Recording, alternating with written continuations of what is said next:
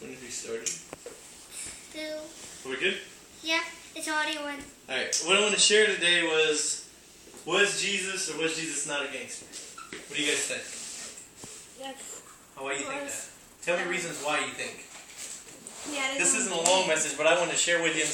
A lot of times the religion and the political view of things and the world's view of things makes Jesus out to be some rich and some highly and some sophisticated and college educated, and makes him out to be something that he's really not. To start, where was Jesus born? In the ghetto.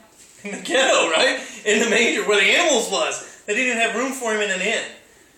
In that low society, in that like public housing, and it's below the public housing, that's the homeless. He was born, don't sit over there and pay attention. He was sitting over there, and he was born in the low income society. Another thing about Jesus, what was he always doing? Who was he always running from? The law. The law! So come on, the police is always chasing him, right? Who's always running from the law? The mob bosses, the gangsters. Jesus, right? But was he or was he not? If you know what I mean? Think about that. He was always running from the law. What did he always have following? Come on. His gang. His gang, his mafia, his group, his gangsters. His boys. His boys, his disciples. Why? Why would you have people...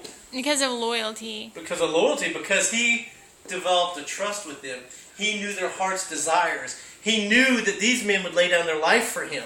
And them being willing to lay down their life for him and to help and to work together as a unit. He could trust them to have his back. Or to help his family when he's doing something else. Or to help the needs and to meet the needs. To get their back, to take care of them, to help. To do what he says when he says to do it, if it needs done. He needs people like that, right? So there's 2 or 3 things. Where did he spend most of his time at?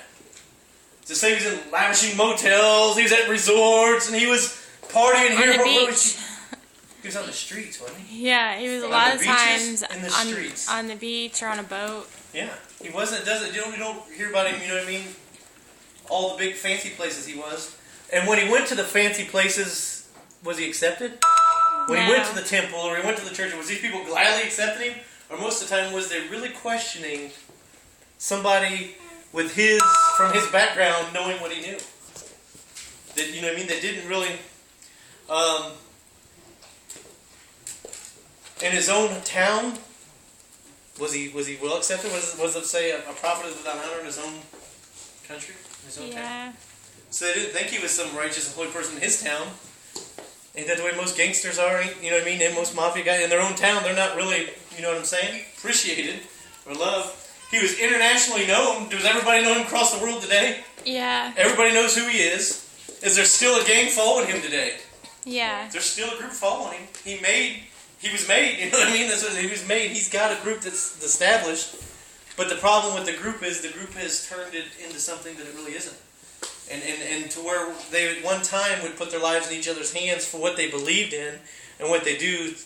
Today the church is the first to judge each other, to put each other down, and not to reach the hand out to help one another, but to condemn them for what they've done or where they've been.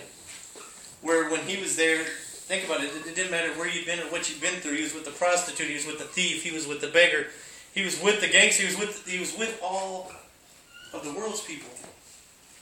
Not the church's people. I don't think the church would receive him in his message. But today the church is the first to say that they've received him, that this and that. And I think it's a bunch of false, a bunch of lies, a bunch of hypocrisy. None of it's where it needs to be. He was hated by many and loved by few. Think about that today. Think about it as a Christian, a real true Christian going through battles. You don't find many really there to help you when you're going through something. You're on your own. Jesus is there and to help you and to give you the strength and the comfort. But when it was the days like it was supposed to be and you belonged to the organization or the group or the gangsters, if they knew that you needed it, they helped one another with their needs. They met one another's needs. They met right there to take care of whatever it was that needed to be taken care of so that they could do what needed to be done, to share the love of Christ. Like a family. Like a family, right. Jesus even said that his father and his brother and his sister were the people who followed him and believed his message. He preached salvation. He preached being free when others could make a money and a financial gain off of teaching that it would cost something, or you had to change something. You had to do something. If it's simple enough, that anybody can receive it, and you can go to the poor and you can give it to them, and they're on the same level playing field. The religious officials ain't going to like to think that this poor kid or this poor person with Christ is equal to them in all their doctrines and knowledge. But God set it up like that, as in like little children to receive the gospel. He makes it simple. He makes it easy. He always, it seems that in all the ways he was tempted, but it seems like in all the ways he was always setting the example. He was always the one saying, this is how you do it, or this is what needs to be done. He was the mob boss. He was the gangster leader. He was the first homie, the first mob, whatever. His boy Peter even cut off someone's ear. As soon as they come up to speak, he was quick to anger and to cut off an ear. And Jesus put it back on. The first ear transplant in history was done there. But if you really put all this together and really think about, and society's against gangs, against that, you know why? Because they really stand for what they believe in. And not all gangs are right, not all these mafias organizations are right. But they all have each other's back. But they all have each other's back. Whereas if we as Christians established ourselves like these people had, and made it to where we really loved and believed and would die for one another, families wouldn't go without, and needs would be met, and churches, it'd be unbelievable what Christ could do. What Christ could do through the members, if the members was really looking out for each other like their family. And that's what they did then. They treated each other like family. That's why they was families. Because they would stick together and believe each other and have each other's backs and trust each other with his life. I've worked with people, and if you work with somebody long enough and you put their life in their hand, you develop a trust or a friendship that's not just normal, because you know that he's going to do what he can to keep you alive, and you're going to do what you can to keep him alive or to keep you from harm's way. It's watching out for each other. It's looking for each other. It's knowing that if you do this, hey, that's going to fall and hurt you, or that could cut you, or that could be really damaging if you didn't do this step first. Why aren't we doing that as Christians? Why aren't we alerting one another, helping one another, and loving one another, instead of just letting families fall apart and families go without and needs not be met? And that's what I wanted to share today is Jesus is the true gangster, is the true mob boss, is the true leader, and he's much like us, much more like us than people realize.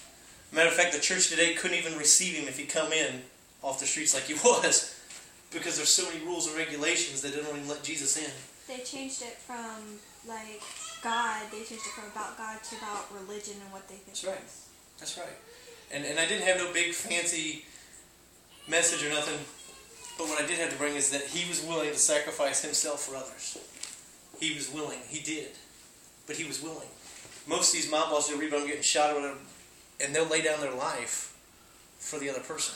Anything that they're into, they believe that strongly in what they believe. But we as Christians are more worried about cussing, or more worried about how we're dressed, or more worried about if we're at church on Saturday, instead of really worried, or on Sunday, instead of really worried about the true needs of the church and the true needs of the heart's desires and the very love of Christ that Christ would have us to share. All throughout the Bible, in today's society, the church wants to pray for you instead of putting good deeds behind it. I can tell someone I'm praying for them, but if I can help them meet their need, or I can show them that I really care, it makes a difference. And that's what Jesus did. He didn't talk it. He walked it. He lived it. And he showed the love of Christ. And so did those that followed him, did the same. They mimicked what Christ did. That's what gangsters do. They mimic what the boss man does. They want to be like the boss man so bad that they'll do the very things that he does. The church is doing the same thing, but they're putting the preacher as the head of the church and following his likings and his things and his wants and not Christ. And we first and foremost need to be focused on what he would have us to do, how he would have us to do it, and to serve Christ in the way that he'd have us to serve. And that's what I want to share, that Jesus Christ is the first true and just gangster. And he didn't care about his clothes.